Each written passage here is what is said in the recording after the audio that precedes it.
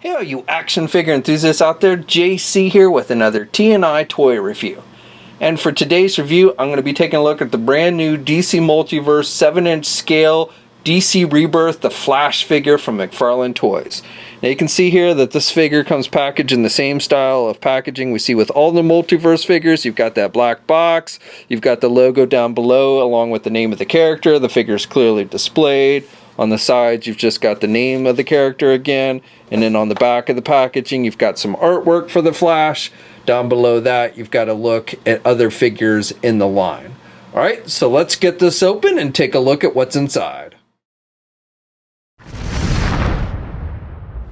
Okay, so here's a look at the figure outside the packaging along with the other contents. Let's go over the accessories real quick. First of all, you get one of these cards, the bio cards with the artwork, same type of artwork that was on the back of the packaging with the Flash, and you can see some of the other Flashes in the backdrop there. And then on the back of the card, you have the brief bio there, giving you some stats and just a little bit of history on the Flash. You also get the typical circle stand that is done with thin plastic. You've got the DC logo on there with the 1 foot peg, and you can put the figure either using the left or the right foot. There's 2 peg holes on both feet with these, and you can just stick it in there.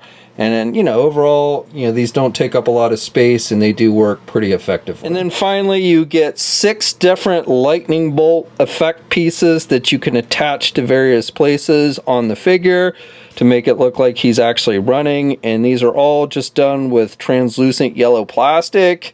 And you've got 2 larger ones. This is the largest piece. Then you've got this one that's a little bit smaller. Then you have some mid-size ones. And these are almost identical, the 2 mid-size ones. And then finally, you've got a pair of smaller ones. And again, those are very similar to one another. It's really only the big ones, the 2 big ones, that vary a little bit.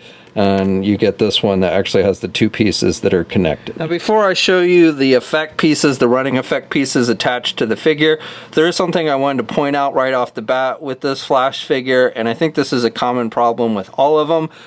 Because of the way they packaged the figure with him being in a running position, it is stretched out this piece here at the waist, which is done with a softer plastic. You know, it's good they did the softer plastic so when he is running, it doesn't, you know, scrape the figure or limit the leg movement. But because they had him in such a position where it essentially was pushing this piece outward, it is now kind of stuck in that position and looks kind of funny. You can see on this side, you know, that's how it should look. And then you can see this big gap here on this side. So I'm going to see if I can take a hairdryer and kind of tighten that back up with the plastic, but I don't know if that's going to work or not.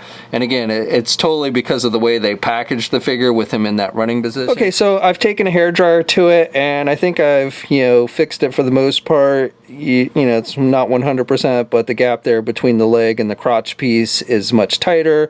So I think that looks better. Okay, now before we go on looking at the rest of the figure, I've gone on and attached those running effect pieces just so you can get a look at them.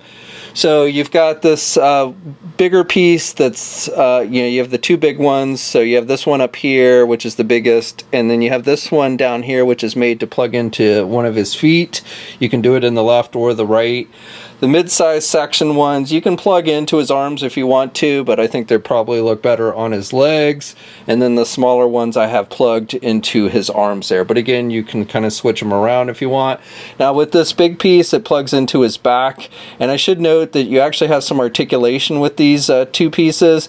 They rotate up and down. So you can kind of pose them in different positions. You can kind of have them crisscross if you want. It's really up to you. And here I've switched out the medium-sized pieces with the ones with the smaller ones. So I've got the medium size now on his arms and the smaller ones on his legs. So again, I think it looks pretty good. One thing I also want to note, when you have all the effect pieces on there, and you don't have to have them all if you don't want, but you probably will want to use that figure stand because it'll make him kind of top heavy. So he will fall over much easier if you don't use the figure stand when you're using all the lightning effect pieces. And also just to note, you know, when you don't have the effect pieces on there, they just plug in with little pegs, and you do have the holes on the figure. So you've got holes here, here, on the back, of course, and then the foot peg holes for the one that goes underneath his foot. Now for the figure itself, starting with the head sculpt, I actually really like this head sculpt. I like the facial expression that they've given the Flash with that smiling kind of smirk. So I think they did a good job with that. And you've got good skin tone, and I think the eyes look pretty good on the figure. Now you have the lightning that's painted on the mask here, which, you know, that line is actually sculpted there on the mask on both sides, so I think that looks pretty good. And the paint seems to be pretty clean. And then of course he's got the lightning bolts that come out of the side of his mask. Now with this one, they're really long. They are fairly flexible, so you don't have to worry about them just, you know, being so brittle that they just really easily snap off. However, I would be somewhat careful when handling the figure or storing the figure, because, you know, a very common problem with Flash figures are those lightning bolts breaking off of the mask. So again, it's not like a super soft plastic, but it's not a super brittle plastic either.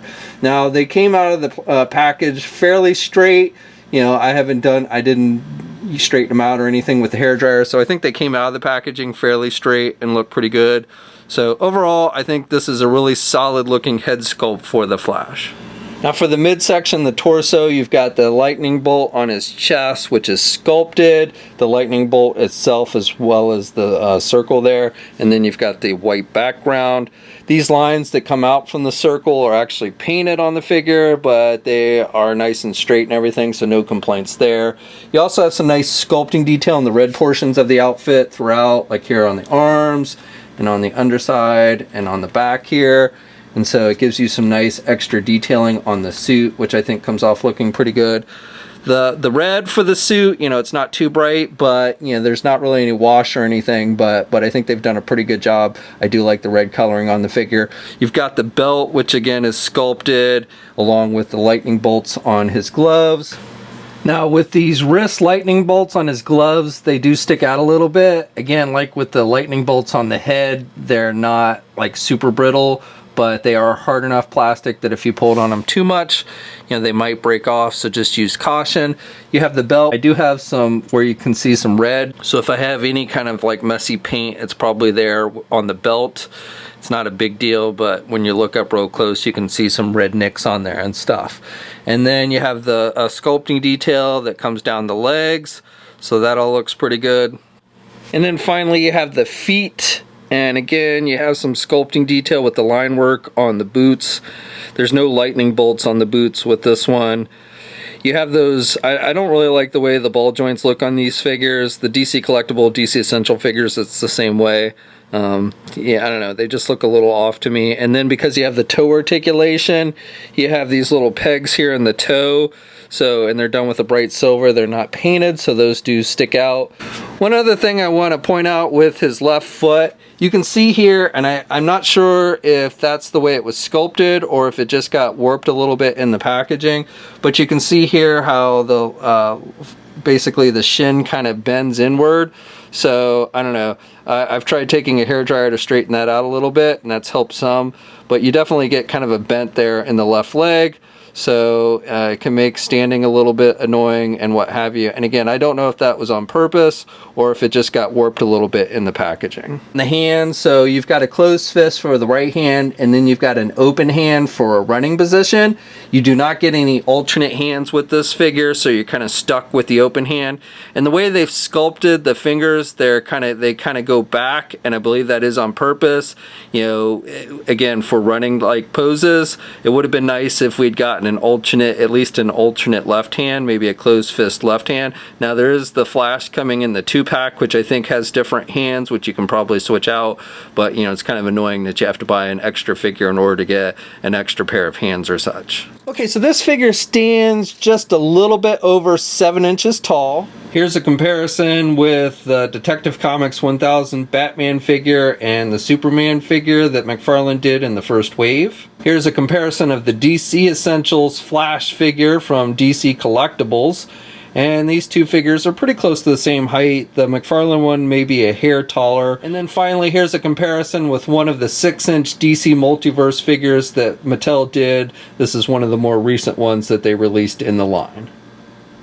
Okay, now before we get into the articulation, I just want to let you guys know, or a shout out I should say, to the folks at Diorama Prints for providing this backdrop that you see here in this video. They specialize in basically backdrops and stuff for toy photography, and they are a sponsor of the website, so I will have a link to them in the video description below. If you haven't checked them out, you should, and you can even use the discount code TNI10 for a 10% discount on your next order. So starting with the head, you can rotate the head good. You can rotate it all the way around if you want, and then he can actually look down pretty good. He gets good down movement, but he can only look straight ahead. He gets no back movement with the head, which is a little disappointing. And then you also get some pivot there. So other than the back movement, you get good motion with the head, but it would have been nice again if you could gotten the head back just a little bit at least. Now with the arms, you do have these butterfly joints, so you've got some extra movement there. They had just a little bit of extra movement for the arms, and then you can get the arms out pretty good there, and you've got good rotation there with the arms. So overall, not too bad. You get a bicep swivel, so you've got the rotation there at the bicep. You get really good bending with the elbow. You've got the double hinged elbows, and so he can bend his elbows really good, which is nice for the running poses. And then with the hands, you can do the hands up and down like that. They're on these kind of ball hinge joints. You can rotate. So overall, you've got pretty good hand movement. Now with the midsection, it's the same type of midsection articulation that we've been seeing with all the figures in this line. It's not an actual ab crunch, but you can, there at the midsection, you've got rotation. You can pivot to the left and the right.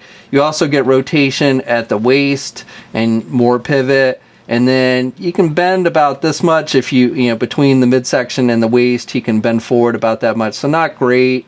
He can actually look back more than he can bend forward. So, but again, this is pretty much standard with all the figures in this line. And then what annoys me is just lining up the torso. It often seems to get kind of out of whack, so he just looks kind of funny. Lining up the upper body with the torso with these can be a pain sometimes. Now he can do the splits really good, and you do want to be careful though, because you could stretch out that crotch piece again, and then you can get the leg forward good. Again, be careful with the crotch piece, but he does have good forward movement, which is good for running poses. Same with the back movement there. You do not have a traditional thigh swivel, but like with all the figures in this line, you have that kind of rotation around this inner joint there. So it's not as good as a regular thigh swivel in my opinion, but you do have some rotation there up at the upper leg. And then you have the double hinge knees, again good for running poses. No boot cuff swivel, but then with the feet you have up and down movement, you have rotation, and you do have some ankle pivot there that'll pivot around that ball joint, which is nice. And I had to loosen this joint up. It was very tight when I first took it out of the packaging, but it has since loosened up, and I've got a pretty good range of movement there. And then of course you get the toe articulation, which normally is not something I think is a big deal in a figure. Doesn't add a lot, but in this particular case with the running, especially with the running effect piece that plugs into the foot, I think that's actually a nice addition. It's just, again, you have that peg that sticks out pretty badly on the toes there. And then of course you have the two peg holes on the bottom of the feet. Okay, so that's my review. So overall, I would say, when I first saw this figure, when they debuted it back in July, I was really excited for the figure. And then actually when I first got it out of the packaging, I was actually less so. I was kind of almost disappointed. But then as I started playing with the figure and I attached the lightning effects and everything, it really started to impress me again. So overall, the figure itself I think is pretty solid. You may need to take a hairdryer to straighten out like that crotch section or even the leg a little bit.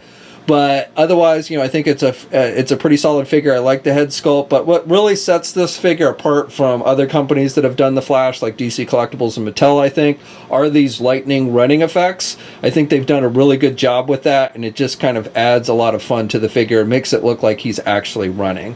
So, as it goes, if you're a fan of the Flash, I think this is one that you're going to want to check out.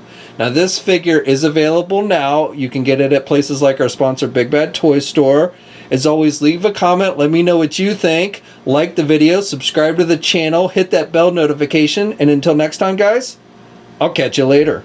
Hey, thanks for watching today's video, and be sure to subscribe to the channel if you haven't already, and hit that bell notification so alerted every time I upload a new video. And be sure to head over to the Toy News International and Marvelous News message boards communities. It's a great place to talk toys and win cool contests like $100 store credits to Big Bad Toy Store. And remember, action figures are great.